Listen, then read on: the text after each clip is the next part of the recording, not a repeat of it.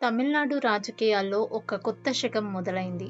తమిళనాడు నూతన ముఖ్యమంత్రిగా బాధ్యతలు చేపట్టిన జోసెఫ్ విజయ్ గారు తన మొదటి రోజు పాలనలోనే 3 కీలక దస్త్రాలపై సంతకాలు చేశారు. అంతేకాదు, ప్రభుత్వం ఎలా ఉండబోతోందో చెబుతూ 10 ప్రధాన హామీలను ప్రజల ముందు ఉంచారు. ఆ వివరాలేంటో ఇప్పుడు చూద్దాం.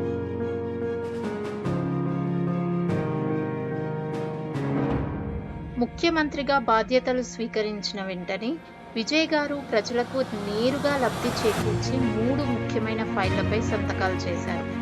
మొదటిది 200 యూనిట్ల ఉచిత విద్యుత్. 500 యూనిట్ల లోపు వాడే ప్రతి గృహ వినియోగదారునికి 200 యూనిట్ల వరకు విద్యుత్ ఉచితంగా అందించాలని నిర్ణయించారు. పోరాట దళం, యాంటీ డ్రగ్ ఫోర్స్. డ్రగ్ రహిత తమిళనాడును నిర్మించడానికి ప్రత్యేకంగా డ్రగ్ నియంత్రణ దళాన్ని ఏర్పాటు చేయబోతున్నారు. సింగపెన్ ప్రత్యేక దళం, విమెన్ సేఫ్టీ ఫోర్స్. మహిళల భద్రత కోసం ప్రత్యేకంగా ఈ బలగాన్ని రంగంలోకి దించుతున్నారు. విజయ్ గారు తన ప్రసంగంలో తన ప్రభుత్వం ఎలా నడుస్తోందో వివరిస్తూ 10 కీలక అంశాలను ప్రస్తావించారు. అందులో 5 కీలక అంశాలను మనం ఇప్పుడు చూద్దాం. మొదటిది వైట్ పేపర్. ప్రస్తుత తమిళనాడు ఆర్థిక పరిస్థితిపై పూర్తి వివరాలతో కూడిన శ్వేతపత్రాన్ని విడుదల చేస్తారు. అవినీతి రహిత పాలన. నాకు ప్రజల సొమ్ము ఒక్క పైసా కూడా అవసరం లేదు. నా చుట్టూ ఉన్నవారు అవినీతికి పాల్పడినా సహించను అని ఖచ్చితంగా చెప్పాలి. పవర్ సెంటర్ నేనే. ప్రభుత్వంలో ఎలాంటి ఇండైరెక్ట్ పవర్ సెంటర్స్, కుటుంబ సభ్యులు లేదా స్నేహితుల జోక్యం ఉండవు.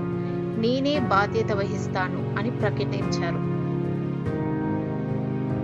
4వది ప్రజల ప్రభుత్వం.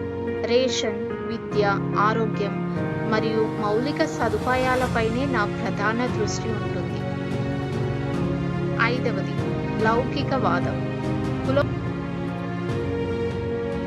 కులమతాలకు అతీతంగా అందరికీ అన్నీ అనే సిద్ధాంతంతో పాలన సాగుతుంది. 50 ఏళ్ల తర్వాత తమిళనాడులో ఒక కొత్త పార్టీ అధికారంలోకి రావడం వల్ల ప్రజల్లో అంచనాల్లో ఆకాశాన్నంటాయి. ప్రతిపక్షాలు కూడా ఈ ప్రభుత్వం చేసే చిన్న తప్పునైనా ఎత్తి చూపడానికి సిద్ధంగా ఉన్నాయి. విజయ్ గారు అన్నట్లు ఆయన దేవదూత కాదు అని, అన్నీ ఒక్క రోజులో మారవు అని ఆయన చెప్పారు. కానీ ఆయన చూపించిన నిబద్ధత, ముఖ్యంగా అవినీతిపై ఆయన చేసిన వ్యాఖ్యలు ప్రజల్లో ఆశలు రేకెత్తిస్తున్నాయి. విజయ్ గారి ఈ మొదటి రోజు నిర్ణయాల మీద మీ అభిప్రాయం ఏంటి?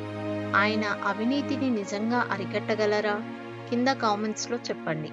ఇలాంటి మరిన్ని విశ్లేషణల కోసం బియాండ్ హెడ్లైన్స్ని సబ్స్క్రైబ్ చేసుకోండి.